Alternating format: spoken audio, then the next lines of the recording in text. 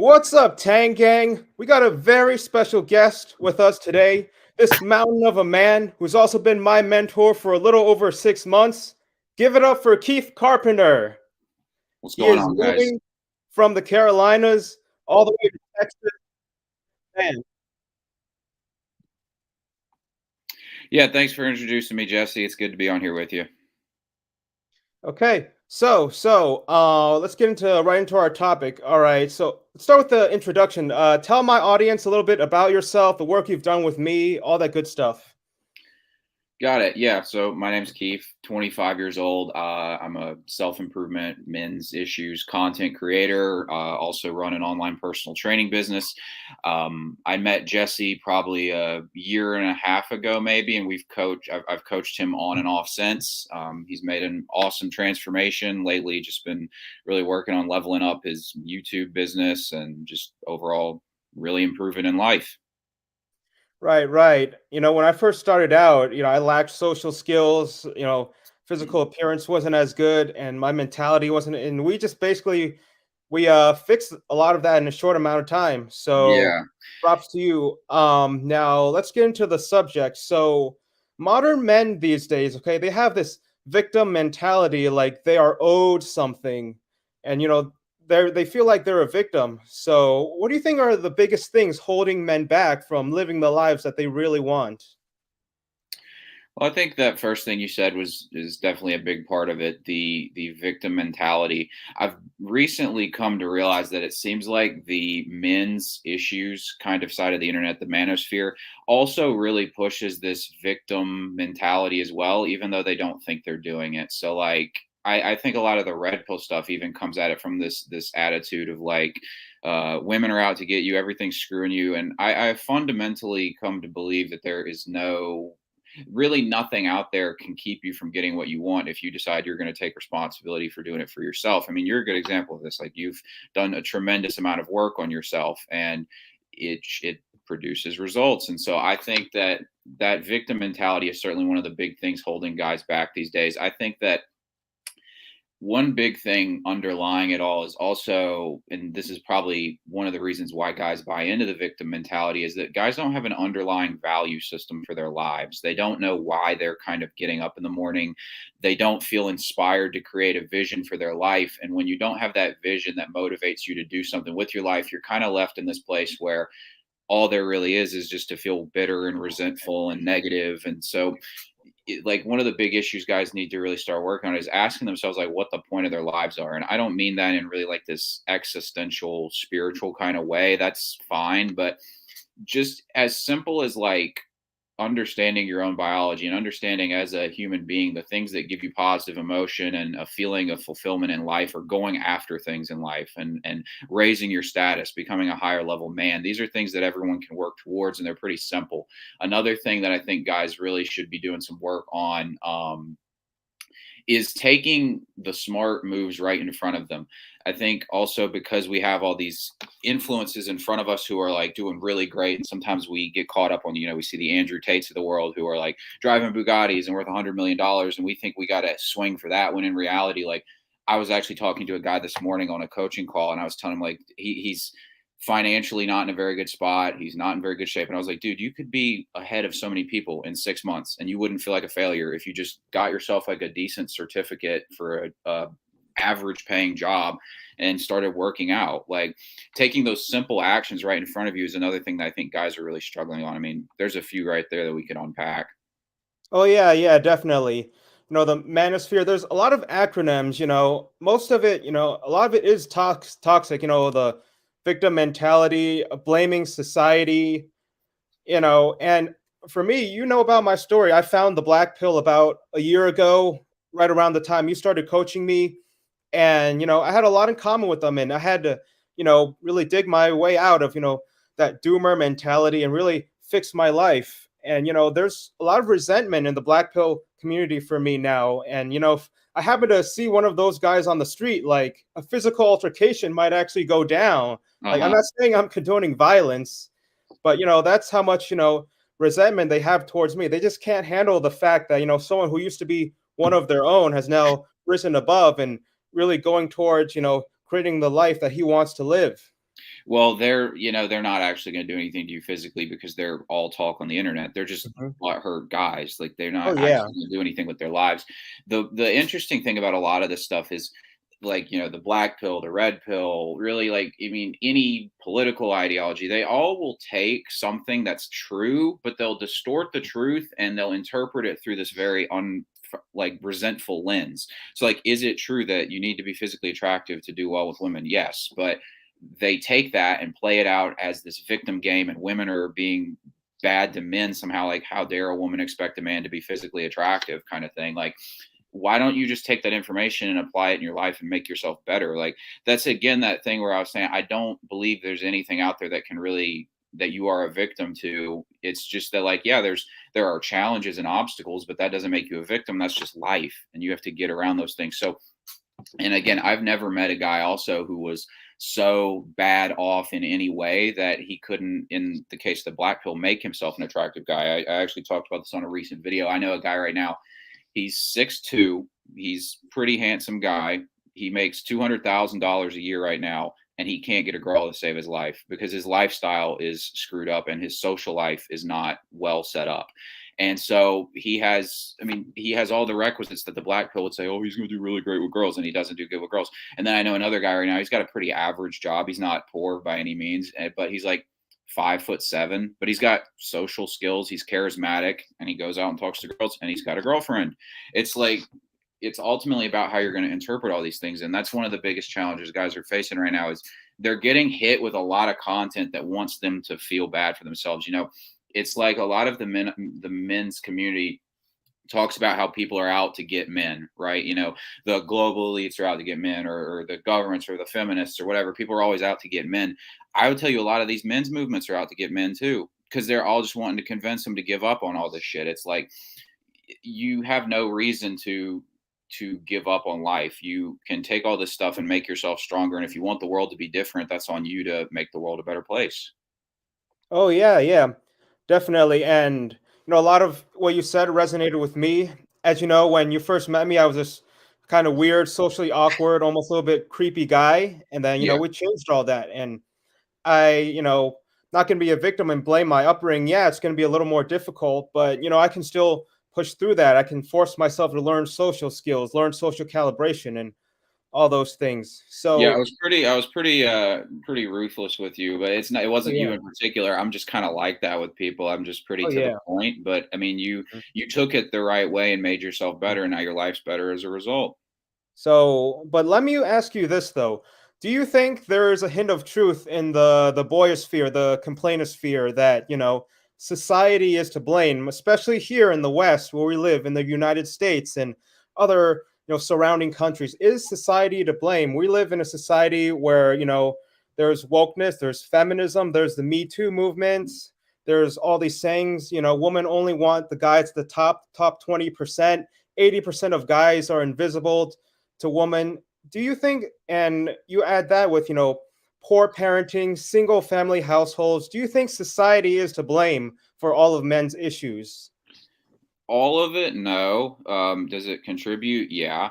Um, but I almost think about it, and I think that people who want to complain are going to find something to complain about. And I'll get back to some of the specific things that are going on right now, but just briefly to say that there was a time, there was a law passed at the beginning of the 20th century. It was a law protecting the rights of laborers in factories, because too many people were like, they basically, these guys were working in factories. They were like canning meats and things like that, or canning vegetables. People would open the can in their house, pour out the food, and there would be like a finger from one of the laborers in their can, because the working conditions were so dangerous and so unsanitary and unsafe that people were getting seriously injured in factories, and this was the quality of food people were eating. So there was laws passed to protect laborers' rights. So you can complain about all society screwing you over now. It's like, you could have been making $1 a day back in 1900 and getting your finger cut off, and there was no health care, or no what's the program, the disability program for you, or anything like that. So it's like every generation has its problems. And I think our generation is the first generation that seems to think we shouldn't have any problems. It's like, yeah, you got to make things better. Now, to the point of, is society making things harder on people? Absolutely. I mean, I think part of the reason guys think they shouldn't have any problems is society, because we were raised in a generation of participation trophies and things were very easy for us, and being sheltered and stuff like that. Like guys, when I was younger, I was fortunate enough that partly I grew up in the South, and the South is still kind of more old school about this kind of shit. But I would go hang out with friends out and about, and like I would get made fun of for stuff that I was doing that was foolish and silly and lame and stuff like that. And it kind of like hardens you up, helps you take a joke, helps you realize you aren't perfect, you're not a special snowflake, you got to be tougher. I don't think a lot of guys got that. I think a lot of guys sat on an iPad and goofed off and played inside, and their parents sheltered them and stuff like that. And so they don't have that capacity to realize that they have to grow, and that the nature of life is that it's difficult and that you're not perfect and you need to improve yourself. And so they're all shocked by how difficult things are now. As for other societal factors, yes, the wokeism, the feminism, and all these things, it makes it more difficult to be a traditional man. Absolutely. Now, the thing is, I always point it back on men as well, though, and I say, but you guys don't act like traditional men. Traditional men don't live with their parents in their 30s. Traditional Mm. men have careers. Traditional men don't play video games all day. Traditional men are like at 20 years old thinking about raising a family. They take responsibility for things beyond themselves. Even the guys who are successful today, and I mean, you could include me in this category as well, is like we're primarily focused on things that benefit us personally, right? Like I want more money so I can have a nice house and run around with the girls, or like drive a Mm. fast car. Guys, like traditional men, like they were 21 years old working in a factory to take care of their wife, and they were having a kid on the way and buying a home. Like they were the least of their own priorities. So like yeah, women aren't traditional, and yeah, the world doesn't encourage them to be traditional, but I would challenge guys to become traditional, become the kind of guy that would attract the kind of woman you want to have. So in that sense, if you're struggling with women and you want a traditional woman, become a traditional man, and I bet you'll start finding them. It'll be a lot easier, certainly. um that's a few things that come to mind about the struggles of men today. Oh yeah, yeah, definitely. And you know about a bit about my backstory. I used to live in a crappy studio apartment, and at that time, I didn't want a single dollar from my parents because I didn't want to leech off of them. I didn't want it easy. I wanted to make things by my own means. So I was willing to do whatever it took. And I came from this, almost warrior mindset. Everything I did was so anger fueled because a lot of people they do things because they think it's a challenge. Like they take cold showers because it's a challenge. It builds character. I had no choice but to take a cold shower. People choose to be in shape, to be healthier. I had no choice because the job demanded it when I worked in corporate America. And fasting, I had no choice because I had to get up, get some work done before I could eat. Hmm. And a lot of that sucked. It was difficult, but it made me a man. It built character. And even going out solo sometimes, getting into bar fights. I never instigated a fight, but when it happened, man, when you get punched in the face, it really builds character. Yeah, yeah. Something that just came to mind when you were saying all that is, I think one reason that guys struggle today is they have a lack of confidence internally in their ability to figure things out. Mhm. I used to play video games, and I would get bored with beating the game on easy mode or Mm, something. And so I mm, would intentionally make the game harder on myself. So maybe I'm playing like a sports game, and I intentionally let the other team get up by like 20 points in a basketball game, and then I come back and win, because inside us all, we want the challenge. It's just we want a challenge that we feel capable of overcoming. And I think guys have no confidence, so they want everything easy, like what you just said right there. I mean, it's certainly unpleasant to have to get a cold shower, but what do you want? mm, Everything to be easy for you, right? Like, mm, and the fact that you kept building, and there's things in my life, like I spent this last year pretty much getting up at 5:30 every day to go work out before I worked a 10-hour shift, and then came home and worked on building a YouTube channel and a fitness coaching business. Wasn't fun, but you know what? I really didn't have much negative emotion during that time, because I was confident that I was moving in a direction and I was working towards something. And so it's almost like, yeah, you've got some challenges, but like the fun is that you get to look at this game of life and you're playing against an opponent. It's like a chess game, right? Do you want to Hmm. play a child in chess or do you want to play a formidable opponent? Life is the most formidable opponent you can have, and you get to look at the board and figure out the smartest move. So, okay, there's wokeism, there's feminism. You probably shouldn't get married to some girl that's like doing keg stands at the frat party, right? Probably wouldn't be a good idea, you know.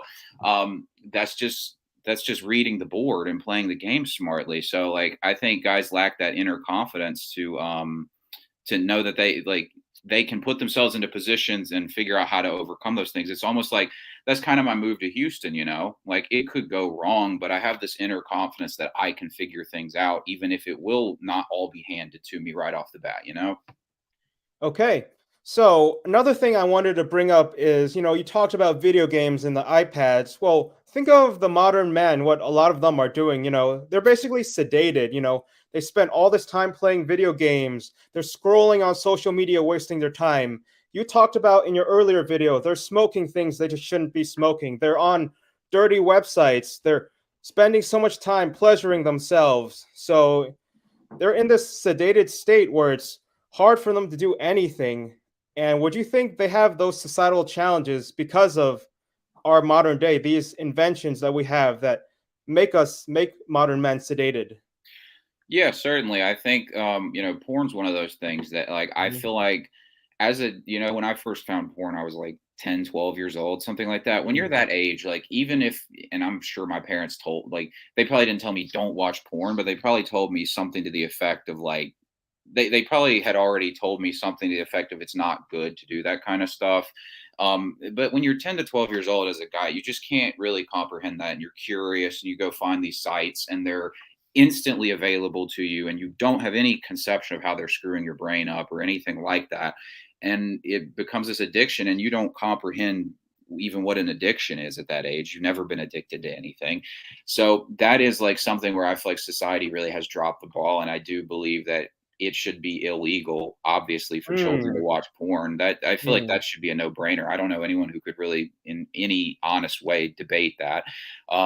So that's like, and I think the access to a lot of things. There's always been access to illicit drugs and stuff like that for children. Like when I was 16 years old, if I wanted weed, I could get weed whenever I wanted it. And everybody's like that. And like back in the day, you could get cigarettes really easy or alcohol and stuff. Like some of that's just is what it is in life.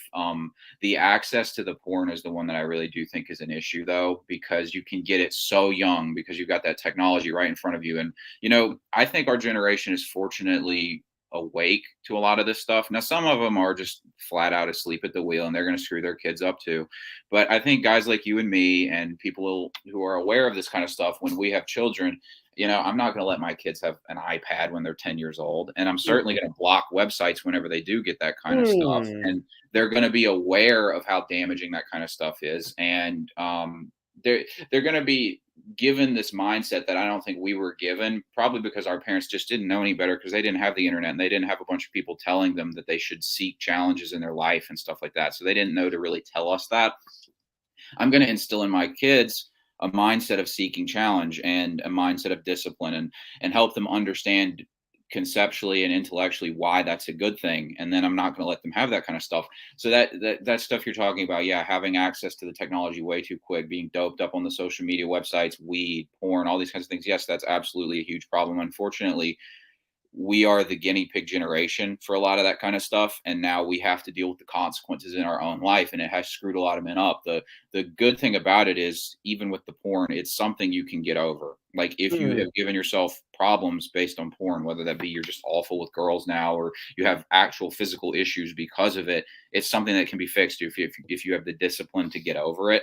But yeah, absolutely, these things are a huge problem that guys need to be aware of. Okay, it's interesting that you feel that porn should be illegal in the United States.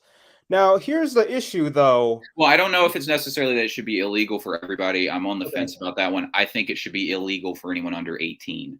Okay. Now, here's the issue that I have with that.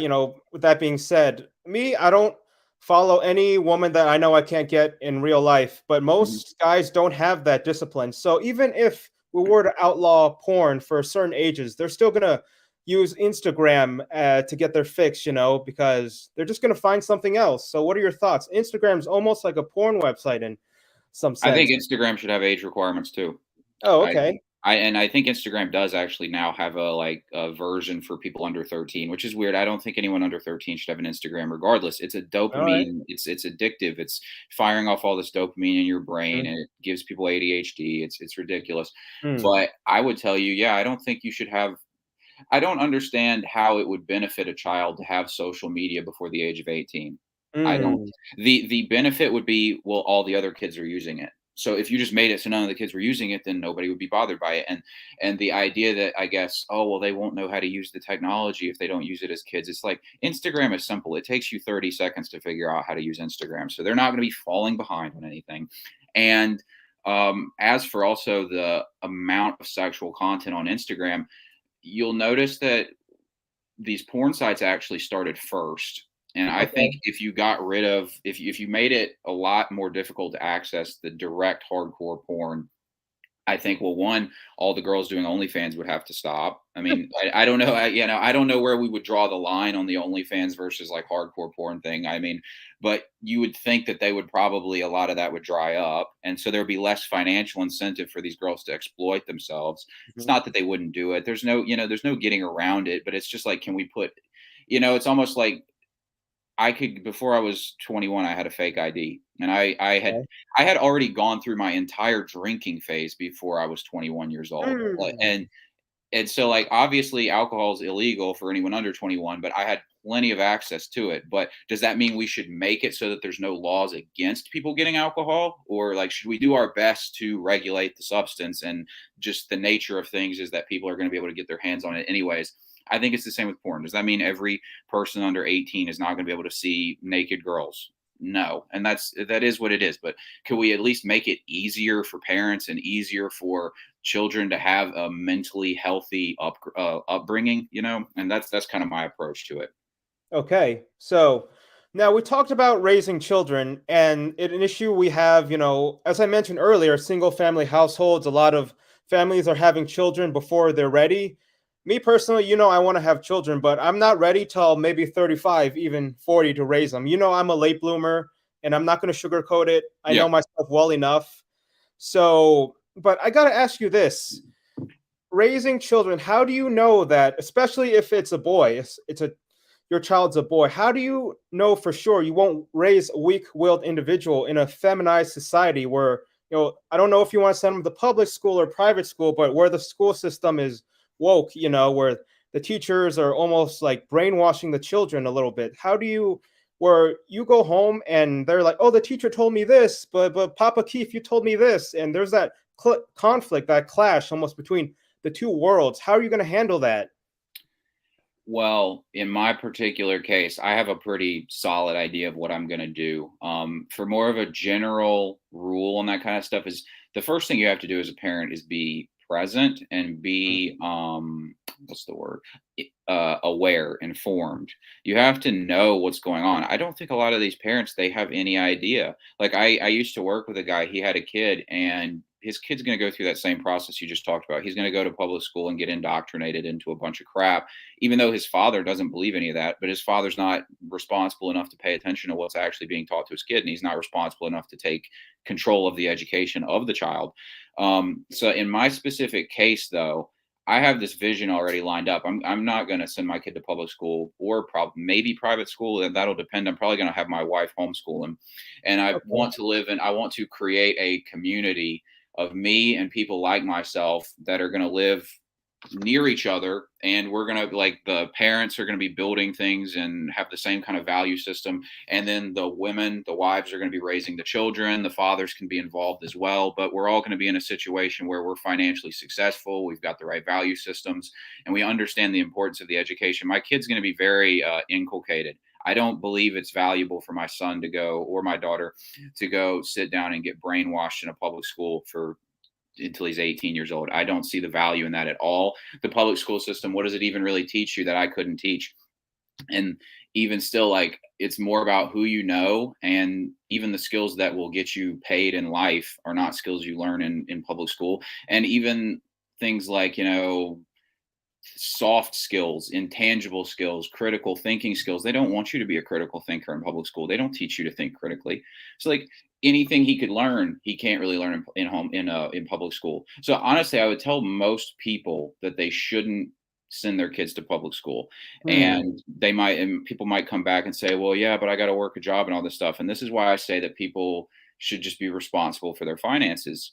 You think that you people want to have the world just work out the way they want it to work out. They want to have the kid now and they want to work the job they want to work. It's like, well, you're going to have to make a sacrifice then, because if you're going to make $50,000 a year, you're not going to be able to homeschool your kid because your wife's going to have to go off and work as well. You have to kind of realize that if you want to live a good lifestyle, you have to make a high level of income to do this kind of stuff. Otherwise, you are going to send your kid off to a brainwash factory, and it's going to be a lot harder. Now, if you are present and you have an impact on the kid psychologically, and I mean that in a positive way, not some traumatic way, then he will still gravitate towards you, right? Like, especially if you're a strong male.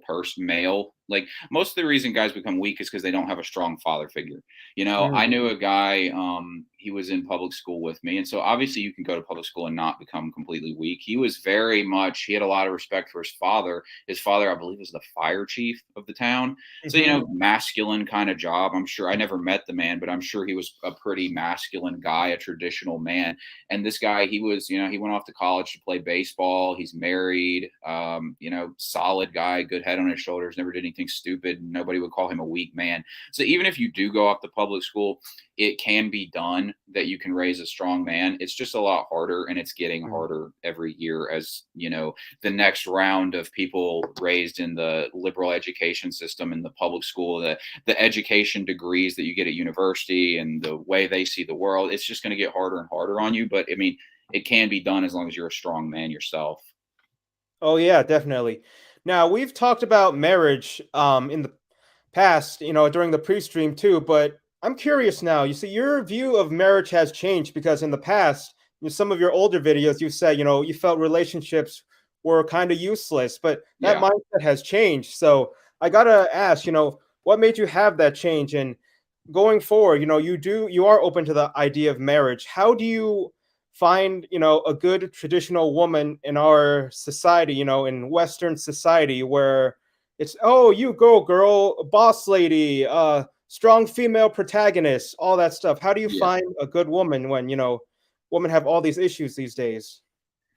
So to explain why I changed my opinion on it, and I still kind of waffle on this, it's a difficult conversation, and I understand people's opinions on both sides of it. But the reason I changed my opinion is if you look at history, every successful society has encouraged monogamy and that individual relationship right there. It is the foundation of every successful society. So that to me tells me there's something to it. And like, you just can't, I respect history and the past enough to think that if they were doing something that worked, there's no reason to think that we're better than them now. So that's one primary reason that I was just like, okay, well, this has clearly worked. And this isn't the first time that society has had a prosperous time and things have kind of changed a little bit. Like, but the thing that continues to stay is that monogamous relationship. Also, the thought of being like 50, 60 years old and you kind of just had a bunch of shallow relationships your whole life kind of seems, I don't know, kind of lame, childish, like unfulfilling. What are you just going to have like a bunch of cars and money? Like, I like the idea of having that relationship. So those are a few of the things that kind of changed my perspective on it. I understand people who have different perspectives, and I don't think that you should just go wife up any random girl. You have to be very intelligent about it, because the society is not producing women who get it, as in they don't get the gender roles, they don't get the value of marriage. I mean, most guys don't get the value of it. Most people think that marriage is about loving each other.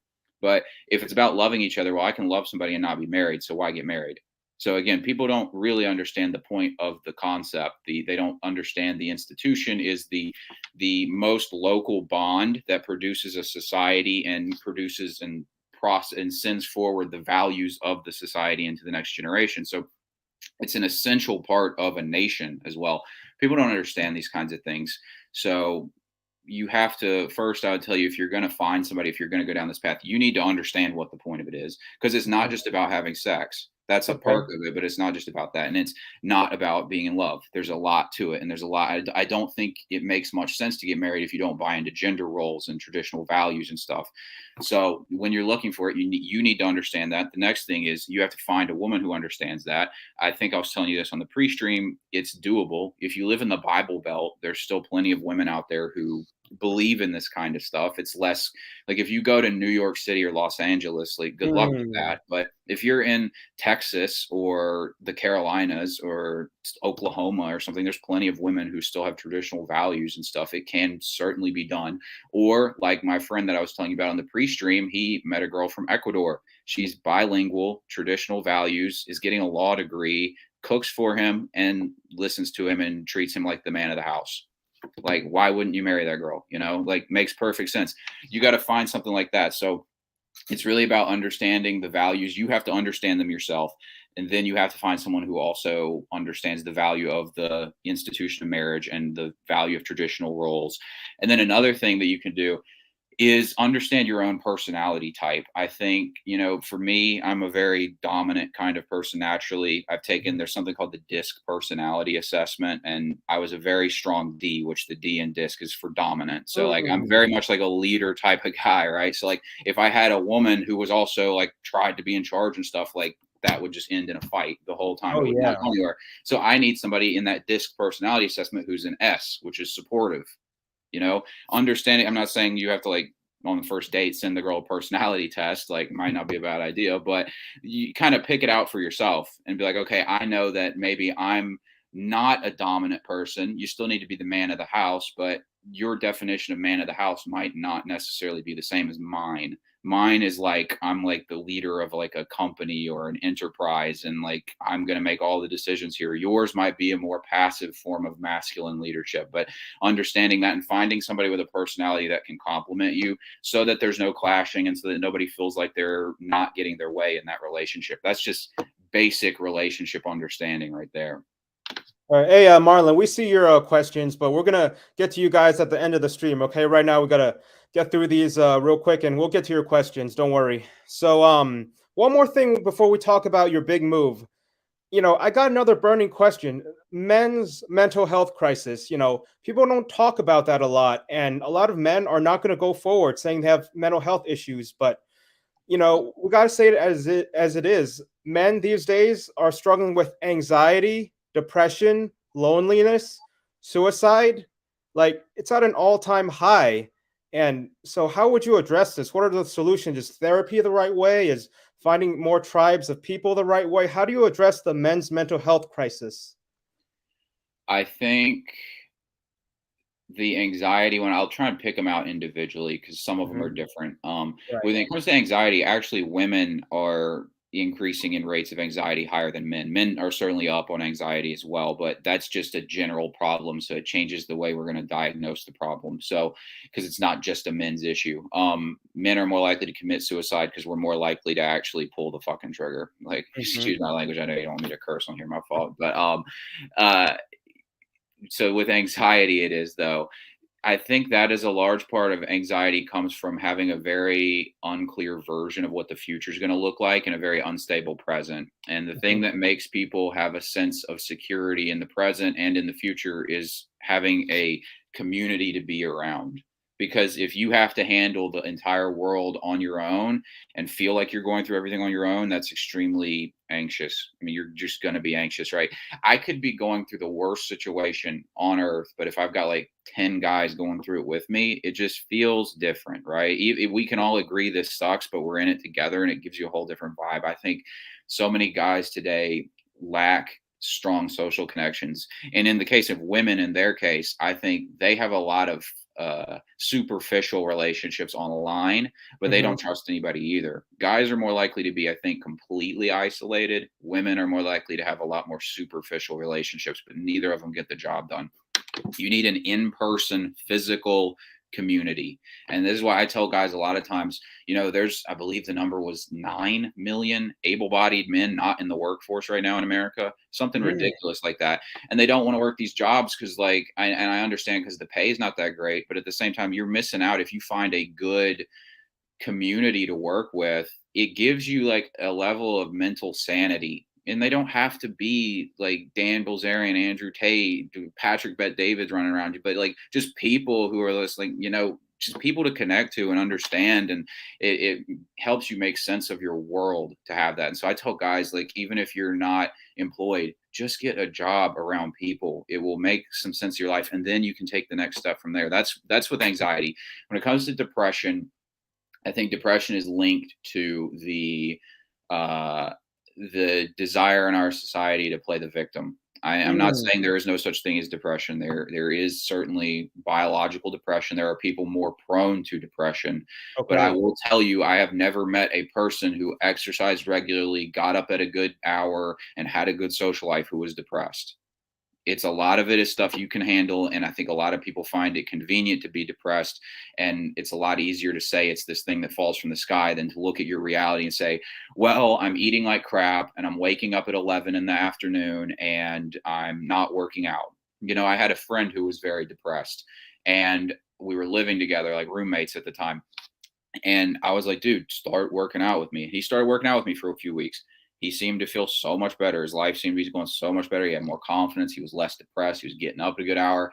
He fell back off the bandwagon with that, started smoking weed, and just went completely downhill. Like, Mm, it's like you have to, like, and yeah, life's gonna have challenging times in it. I remember when I went through the hardest time in my life. I were around basically the exact same time my whole social life fell apart. My career I had at the time fell apart, and I ended up getting dumped and cheated on, like, basically within like a yes, month you've told this time. story many times. Yes, Yeah, yes. it was brutal, but I never really got depressed because I Mhm, just kept getting up and going to the gym, and I had hope that, like, I could work on myself, and so I kept trying to find a way to make more money, and so, like, I had that hope and that drive, and I kept getting up at a decent hour and working out, and so, like, I was miserable, but I never was depressed, and I think a lot of that was that kind of stuff.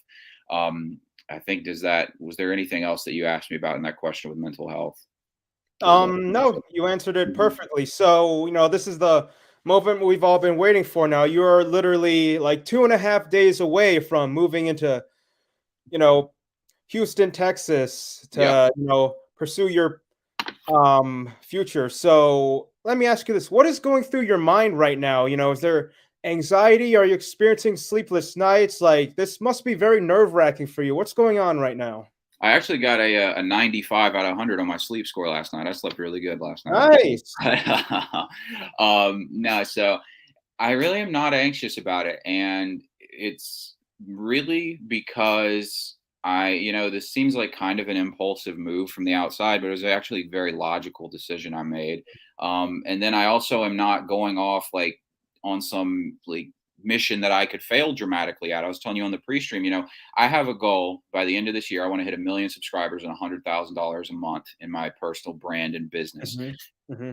The odds of success at that are very low, probably. Like, just, I'll Mm, admit it. Like, I have confidence I can do it, but the odds are low. It's a very difficult thing to pull off, and most people don't pull it off. But that alone, if I don't get that, does that mean I failed? No. And to me, I define success in this trip as I make more money than I'm making right now. I have a better social life than I have right now, and I'm in the industry I want to be in. So I mm, went and got a personal training certification recently. So that covered the fact that I won't be going broke, because the personal training certification will probably guarantee me at least 50,000 a year, and I know what I'm mhm, doing in that industry already. So, like, I have success online as well. I know what I'm doing there. I'm good socially. I'm gonna be around people who are in this industry. So I look at it and I say the odds of me dramatically failing at this are close to zero. So mm, I have no anxiety about that. And then I have a strong amount of confidence in myself that I can solve problems and figure things out. It's like we were talking about at the beginning of the stream, guys lack a confidence in their ability to figure out situations. And that's why they want things to be easy for them. If you have confidence, you can figure it out. You don't want it easy, because you're like, oh, like, I want the challenge. And so I'm confident I can figure this out. I'm confident, even like and for guys who are going to take chances and maybe they want some more practical advice on how to overcome that anxiety and stuff, I sat down and I was like, okay, what are all the ways I could make money? Like if I need money, all right, well, I've got my YouTube channel, I've got sponsorships I can do on my channel, I've got my coaching clients, I can do in-person personal training. I can get a letter of recommendation from my previous employer who thought I did an excellent job, and I can get a lot of jobs that way. You can get a bartending certification in like a week, and then you can go do bartending. I could do DoorDash, Uber, all these kinds of things. Like there's so many options to make money that I was like, okay, yeah, like I would have to be being flat out lazy to not make money here. And then so really what is there to be anxious about? Like I guess it comes down to a level of confidence in myself. And that confidence came from the fact that I spent this last year working my tail off and proving that I'm an intelligent, competent person who can get things done. But that came through the work. If I was doing this at 21, 2 years old, I would be terrified. I wouldn't have done Mm. it.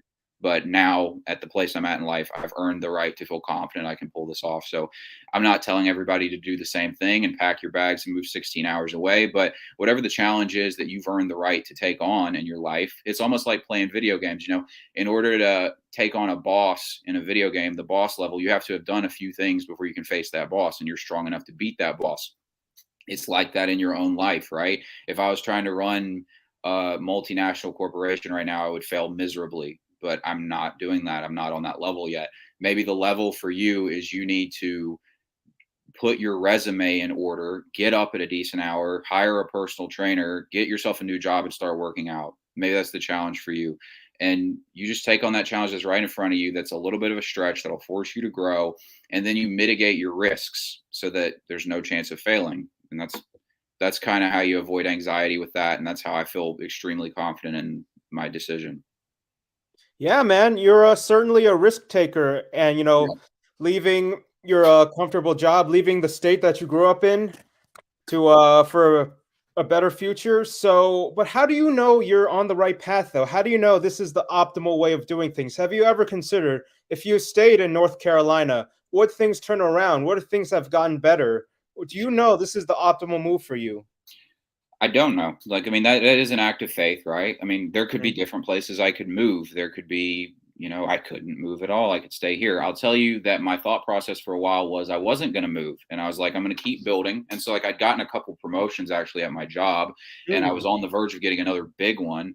But I looked at it and I just thought about it and I said, and this is a lesson for people to take. Most people don't consider the risk of not taking an action. They don't think about the fact that if they don't do anything, that's also a risk. And so I did the math on it. I was like, okay, I've been doing this, I've been on this hamster wheel trying to build this business and personal brand while working a full-time job, and I'm just not getting it done. And just had to own that. Some people maybe are capable of pulling that off. I was clearly not one of the people capable of pulling that off. And I said, I think if I keep doing this, I might not end up in a bad spot, but I'm not going to end up where I want to be. I determined personally there was a 0% chance that if I kept doing what I was going to do, I would get where I wanted to go. So that meant that I had to make some sort of change.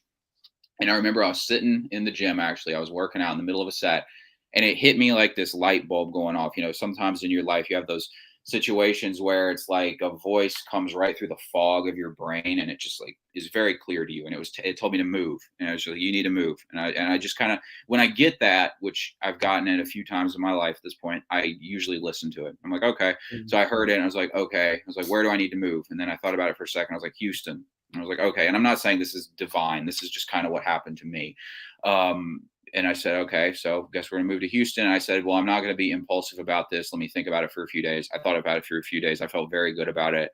And so that's kind of why I made that decision. Is it gonna be the perfect decision? I don't know, but there's no, again, there's not no such, you can't have a perfect decision in the present. In hindsight, I could look back and wish I'd done different things. Like at 18 years old, I wish I'd done different things. It's not something you can worry about. You can only make the best decision that you can make in the moment. And in this case, I do feel like I thought about it logically and I made a decision that aligned with my values and my goals for my life. And so that makes it something I'm content with. Oh yeah, and definitely, definitely reminds me of my story. I've told many times on this channel and to you when I left corporate America after working there for a decade. I used to work overnights at Lowe's. I wasn't Mhm. being paid very much. Hours were limited. It's a physically demanding job, so I got wrist pain. Everything I do, it was so rage fueled back then. Hey, it was like, hey Jesse, we got to make something work. These cold showers suck. Okay, your circadian rhythm's messed up. Your sleeping when everyone else is awake, you're awake when everyone else is asleep. Like, make something work. And I Right. had to make something work. That's why I started working for myself. It was almost my do or die moment, sink or swim movement. Well, The first like, again, stick or twist. yeah, well, like, what you said there points out that there's a risk in everything, right? You could have Hmm. stayed and you could have had no money and Or I been would have injuring kept your. suffering. Yeah, you would have kept suffering doing that. You're going to suffer either way. I think you even made Hmm. a YouTube short about that. You're like, you're going to suffer now or you're going to suffer later. In It's, fact, that's a Bible verse I always talk about. Yeah. yeah, it's absolutely true. So choose your suffering, as Jordan Yeah. Peterson would say. Mhm. Yeah, definitely. Okay, so you said you've got your personal training certification. Let us know more about the specifics. What specifically do you want to plan on doing with your personal training certification once you get down to Houston? So, like I said, I got it as a backup plan. Hmm. My plan A is to take this personal brand of mine and my online fitness coaching business full time. Hmm. I feel strongly that I can probably pull that off. I'm not. If I don't pull it off, it's no big deal. But I feel good that I can. But I got the personal training certification essentially to alleviate that anxiety. Right? It Hmm. would be an irrational and a poor move on the chessboard. I was talking about the chessboard of life earlier. It would be a very poor chess move for me to pack my bags and move somewhere and think that this thing that everybody wants to do with their life, which everybody wants to be a YouTuber pretty much these days, like, it would be foolish for me to move across the country and decide that's the only thing I'm going to do. And if I don't get to do that, then I'm a complete failure and I don't care. This is the only thing I'm willing to do. So I said, well, if I got a personal training certification and that put me in the industry that I want to work in, which is content creation and fitness, and that's also why I'm moving to Houston. Houston has a lot of fitness content creators. So I get this certification. To me, that seems like the worst case scenario is I move into an industry that I want to be in and I make enough money to live on my own in a new city and I make new friends and I do stuff like that. So I got the personal training certification as a backup plan and to give myself leverage so that I don't go broke, because as much as I'm a risk taker, I hate losing money. So, like, even in this decision right now where I've quit my stable 2 week job, 2 week paycheck job to work for myself, I still made the decision to myself, I'm going to earn more money this month than I did last month, and I'm going to keep making more money. And I'm already on pace to do that. It's kind of a mindset. You just got to keep telling yourself that you're going to expand. A lot of people want to like preserve money and they're scared. I just think more attack, expand, expand. So the personal training certification is almost just like another defense mechanism against going broke. It's another form of expansion. I invested in myself so I have more skills, so I can get paid more. Just gives me more options. When you have opportunities in life to increase your formidability, you should take them. And I don't think most guys do that, because the moment they get done with their job for the day, they want to go home and watch Netflix. It's like, well, if you took that time and you got yourself another skill, maybe you could get paid more. You can increase your social skills. You can increase your fitness. Like, I almost look at myself like a video game character. I'm just like, now I've got this shield, which is my fitness certification. It's like, Oh yeah, definitely. And we definitely discussed this during one of our coaching calls. But you often said, you shouldn't be, frantically trying to save money. I spent over $5,000 on coaching programs, but I knew I that was a good investment, and I could make all that money back, and I would learn the skills to make that money back. So you definitely, you're someone who's willing to make a few financial sacrifices in the short term, and knowing that you will gain the skills to make that money back. a rule for life in general is to always think in terms of expansion rather than preservation. I believe in Mhm. that. That does not mean you act like an idiot, but expansion isn't acting like an idiot. So, give you a few examples. If you're trying to preserve a relationship with a girl, you get Mhm. very needy, you get very insecure, you start texting her all the time, doing all this stuff. If you think in terms of expansion of the quality of the relationship you have, you just think about how you can be a better man, how you can be a more attractive guy. You focus on those kinds of things, maybe a better dates, you're more charismatic. Thinking in terms of expansion rather than, oh God, I can't lose this girl, is a way better mindset to have. Thinking about it in terms of money, with inflation, which is on average 2% a year, and right now it's like 7% a year, your money, if you saved money and preserved it, it loses value. So that thing you're preserving is getting smaller and smaller and smaller. So you have no choice. You either are going to have a smaller thing because you're preserving, or you keep expanding outward and attacking. So you think about it financially, relationships, you think about preserving your health. It's better, I would tell you, to keep expanding, because preservation is like, I have a grandmother, and she was almost trying to, like, during this COVID thing, she tried to preserve her health, I suppose, by not going Mm, out and enjoying mm, life and staying mm. inside. And so she lived a miserable quality of life, and now she's still got health problems. And that's no knock on her. I wish her the best, but it's just like I just don't think the mindset of playing it safe and preserving is a good mindset to have. I think you should always be thinking of how you can expand.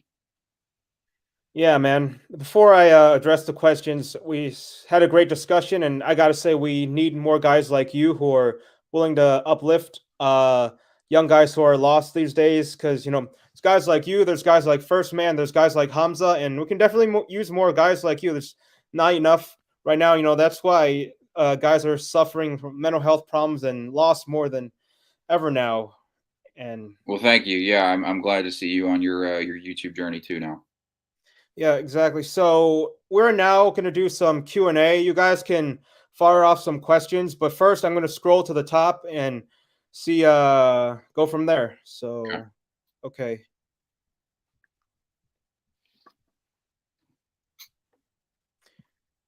We tried to make alcohol legal in the 1920s. That didn't. Okay, so let me ask you this. What's stopping, even if we were to force the age restrictions on, pornography, what's stopping someone from lying about their age or sneaking their way through or getting on their parents' account or something like that?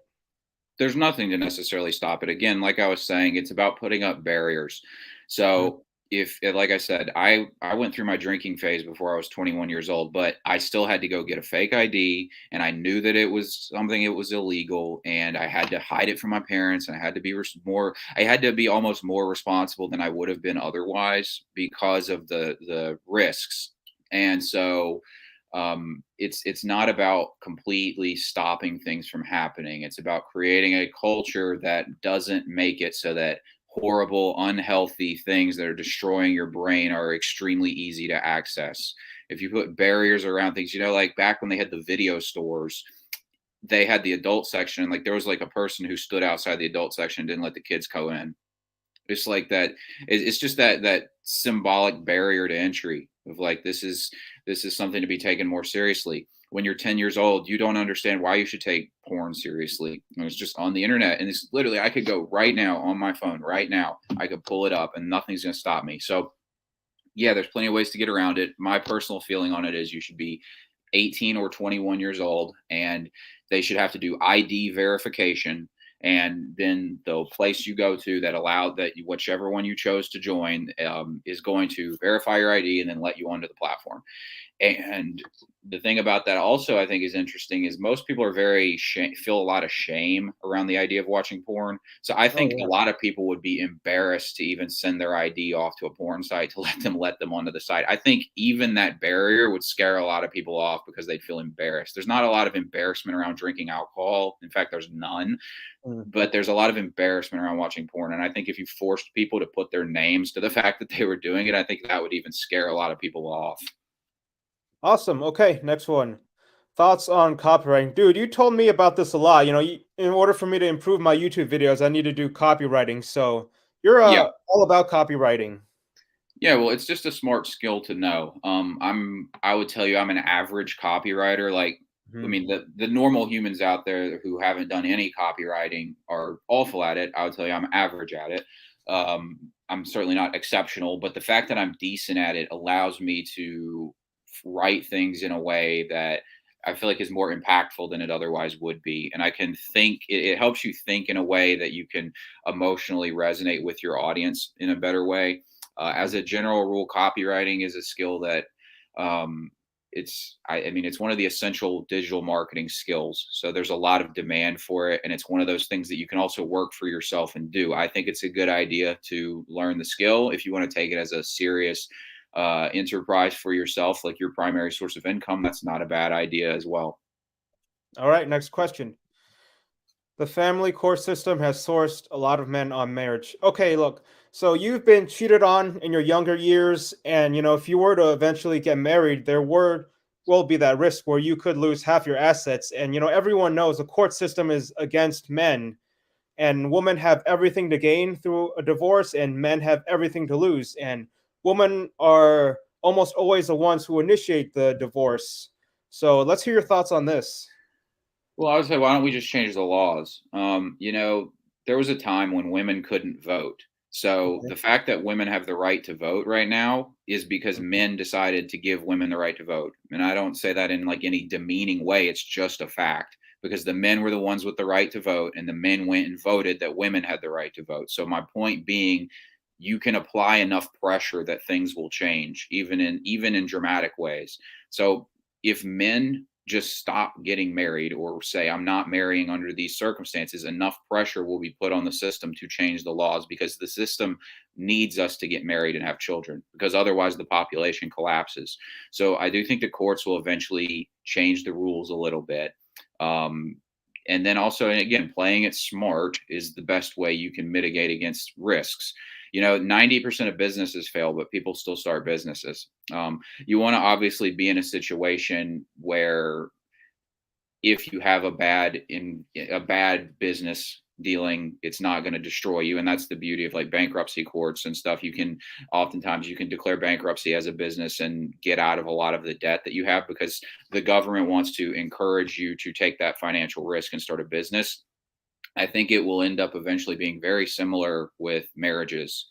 I think that the government will want to facilitate marriages and incentivize them, and I think they'll make it easier for you to get out of it, or they'll make it so that you don't get screwed if you're the guy in the marriage, like in the divorce happens. They'll make it some way that it's more favorable, something that would make it more easy to do. So yeah, it's not a good situation right now. You can also sign prenups. There's also something I heard, I'm not saying I necessarily agree with this, but it's an interesting idea, is if you had both parties sign a prenup and the prenup said that whoever initiates the divorce gets nothing. Hmm. So you're stuck in the marriage for the rest of your life. And if you initiate the divorce, I don't care if you're the man or the woman, you get nothing. You have to give it all up, whatever you had. So you start with zero if you get out. That's an interesting idea because that would guarantee that they can't exploit you for your money. I'm not saying I necessarily agree with that, but it's an interesting idea. Right, right. And definitely, you've heard this from me from our coaching sessions and during the pre-stream. Right now, with the way marriage is, I have no intentions of ever getting married. The Mhm. furthest I'll go is a long-term relationship and Mhm. eventually children, maybe. But yeah, definitely, I marriage understand is that position. I'm not saying I'm definitely not going to do it Mhm. stupidly. It's not something you can go blind into. Okay. So this is something you talked about a lot on your channel. Casual sex and contraception are the pillars of sexual revolution and feminism. Okay, so it's basically saying hookup culture is to blame for promiscuous women and feminism and issues like that. What are your thoughts? I think that we have this confused belief that sex is different than all the other impulses. Like, I have an impulse to go to the bathroom. I don't just drop everything and go to the bathroom. And it's not a moral good that I go to the bathroom, right? I just go to the bathroom. It's the same with eating, you know. We're not, I mean, and you can even see this in the fact that so many people are compulsive eaters. There's a general lack of control over impulses and drives in the modern human. And that's, I think, a problem. And also, you'll notice that they're all glorified, right? So your inability to control your sex drive is glorified, and your inability to control even your hunger drive is now glorified. Like, you're not allowed to shame somebody for being fat. Essentially, they have no control over their impulses. So yeah, I think casual sex is at the root of a lot of these problems. I don't really like the idea of living in a theocracy though, where all this stuff is super regulated. I was actually talking to my friend last night, and I was telling him it's not that you want to live in a world where people can't do bad things. It's that you want to live in a world where things are understood as bad and other things are understood as good. Whereas I think right now in the world we live in, it's all flipped on its head. It's like casual, rampant sex is, and abortions and all these kinds of things are a moral good, and humility and marriage and all these kinds of things are considered maybe not necessarily bad, but they're not encouraged. Hmm. And so, like, there's always been, I mean, there was even prostitutes in the Bible and stuff. The idea that you're going to live in a Puritan society, I don't want to live in a Puritan society, but it was understood that that was not a good thing. And so Right. people almost need these outlets for this darkness and these parts of themselves that are kind of bad, but you can't make them center stage and make them the good thing. It's just kind of understood that this is just kind of what people do, you know? It's like saying that being drunk is morally great. It's like being drunk is just what people do, but it's not like a good thing. It's just kind of what people do. That's kind of how I feel about the casual sex thing. It's just people do it, but it really should not be treated like a noble thing. It's really not something to aspire to. Okay, next question. Correct. Men will pull the trigger. Yeah, I agree because, men are much less likely to report that, they've got mental health problems. And, men have always been the disposable sex, believe it or not. And some of the black pill guys, from my past, they've even told me that they want to off themselves. I've told you the stories. So, is there anything like we can do to fix like men's suicide? Because it's definitely, getting up there, and men are actually more likely to commit suicide than women. So, Find communities and find something that's worth living for. all right. So, Keith, I suggest you check out Nolan Knows regarding the monogamy thing. It would be great to do a talk with him on on your channel. What's he talking about? I don't What's know his? who that is. I'll look into it. Okay, his question. Why Houston, Keith? A lot of fitness influencers, content creators down there. So it's just the network that I want to be in. I mean, it's one of the most, if not the most, at least popular on social media gyms is in Houston. So a lot of content creators and people go through there. And I believe, like I've said before, you're the sum of the five people you spend the most time with. That's the most cliched saying in self-improvement, but it's very true.